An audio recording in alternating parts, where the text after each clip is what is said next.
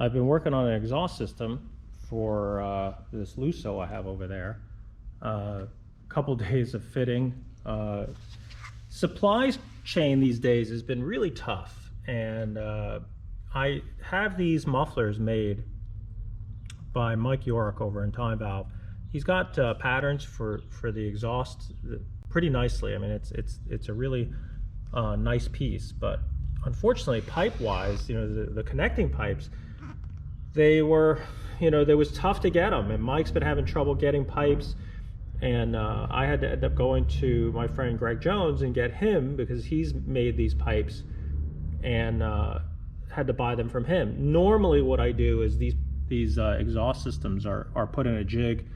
He's got Mike has a jig at Time Valve and is able to put them all together and tack it together so that it comes close to fitting the car. He's got jigs that he can do for the cars that he's done. Like, in other words, I know he has a jig for a 330 2+2. I know he has a jig for a 250 GTE or a PF Coupe, and he also has a jig for the Lusso. But unfortunately, with this Lusso, the pipes didn't come from Mike, where they came from Greg, so they came to me in separate pieces. So I got a box of pipes and a box of mufflers and hangers and all that other stuff. So what I ended up having to do was putting it on this car and just fitting it one step at a time, and hanging it. And once I removed the mufflers, I had the front pipe connected there, and then just ran it across the bottom and lined it up. The thing with the Lusso or any of these Ferraris is that they're all handmade, so the mufflers fit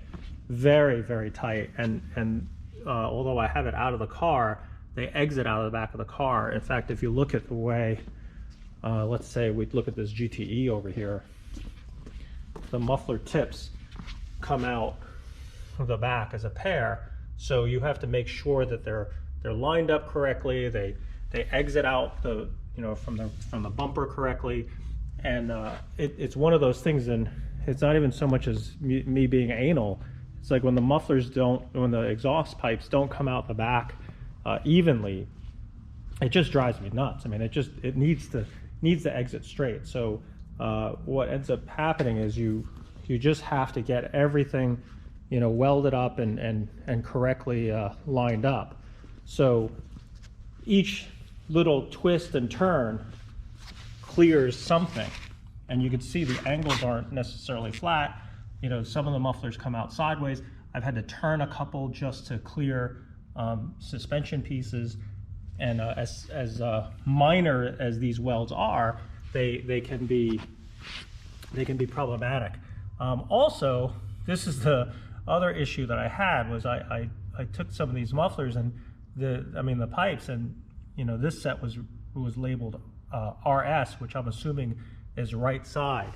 But what was kind of a little disturbing was this other set that I had was also labeled RS1 as opposed to LS, and all of a sudden the bends didn't fit. I didn't want to put them in a bender, because then they would kink the pipe. So I ended up having to cut the pipe and bend them the other way, because they were actually pointing in the wrong direction. So some of it just had to be fabricated and changed and retacked and welded, and just put it in place. All these little hangers had to be tacked into place, the exits. And then once I get this, there's a certain amount of tilt up and down, that you can get the tailpipe to exit the back of the car correctly. So all that kind of had to be done, and then once you had everything in there, you just tack it together, and so now all these pieces are in place and will slide and come apart. Now the next step is to get it welded all the way together. I don't have a TIG welder. A friend of mine, Carter, is offered to help me weld these things. Carter is a really good welder, and his feeling is let's not compromise. Let's do this the right way. It'll look certainly better than what I tried to do there, when I tacked it together.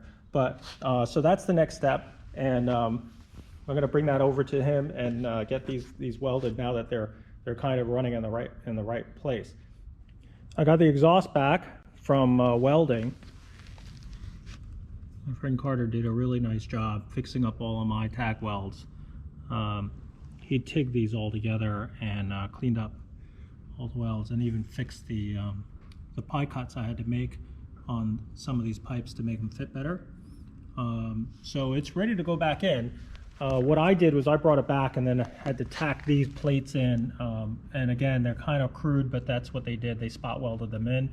But the rest of the pipes, as far as the sealing up and welding it, was done, you know, by Carter, and a much better job. But again, part of it is just kind of making it the way it was, and welding and tack welding those other plates in.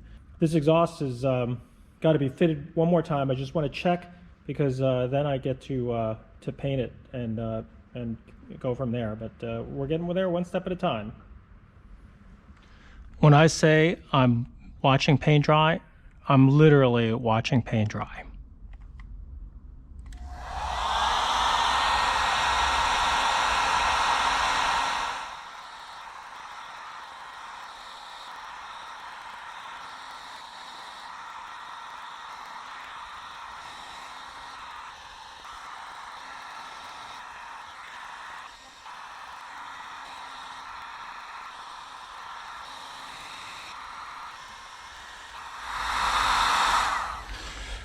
Well, that's as good as it's gonna get. It's not the best wrinkle, but it'll work for now. I mean, I can't get enough heat on it where it's starting to dry, and once it starts to dry, it won't wrinkle. So I might have to redo this, but mainly it's just trying to get it to get the texture there. I can always blow it out with a little bit of matte high temp heat, and it'll blend that in, and at least it'll get some of the wrinkle finish on the pipe, and that's what I'm trying to work at.